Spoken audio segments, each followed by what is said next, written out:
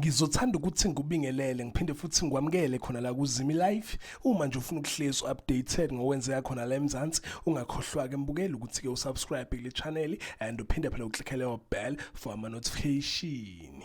So kule video yethu namhlanje ke mbukeli nguphathele indaba engeSkeem Saam, indaba ke etrendayo lapha ku social media eyithinteka abalandeli abaningi basoke iSkeem Saam. Sekuvele ke la indaba ezithi iSkeem Saam sesishintsheke isikhathi sokudlala njengoba kade lidlala ngo-past 6 baveza ukuthi ke ngonyaka ka2024 soqala ke ukudlala ngo-past 7. Lezi indaba ke surprise abantu abaningi ukuthi ke iSkeem Saam sesodlala ngo-past 7 bayashintsha ke lapha bazokhompyutha ke manje nescandal bephinde ke futhi becompete neMy Brother's Keeper edlala lapha kuMzansi Magic. Impela kabalandeli baso iSkeem Saam bakhalile ku social media ngaloke lolu shintsho ukuthi ke iSkeem Saam sesodlala ngo-past 7 and lezi indaba ke reportwe ama journalist entertainment akhona ke la eMzansi baveza ukuthi ngonyaka ka2024 iSkeem Saam ke soqala ke sidlale ngo-past 7. Ungakhomenta ke mbukeli ungitsheleke lapha ezantsi ukuthi ke wena ucabangani ngayo ke yonke ke le situation yaso ke iSkeem Saam ukushintsha isikhathi.